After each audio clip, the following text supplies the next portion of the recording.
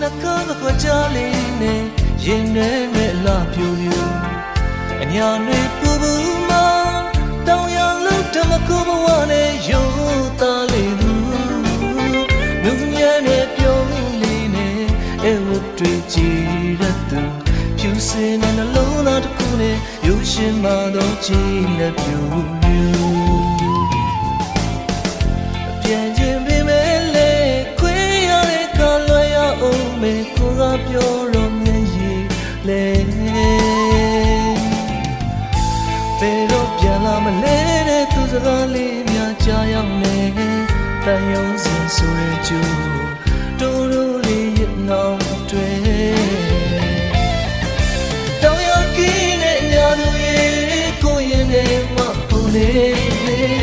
လွမ်းနဲ့ဆိုတဲ့စကားလေးအဝေးကနေအမှားပါပါရစေစုံစည်းဖို့ကြိုးစားနေတယ်လေ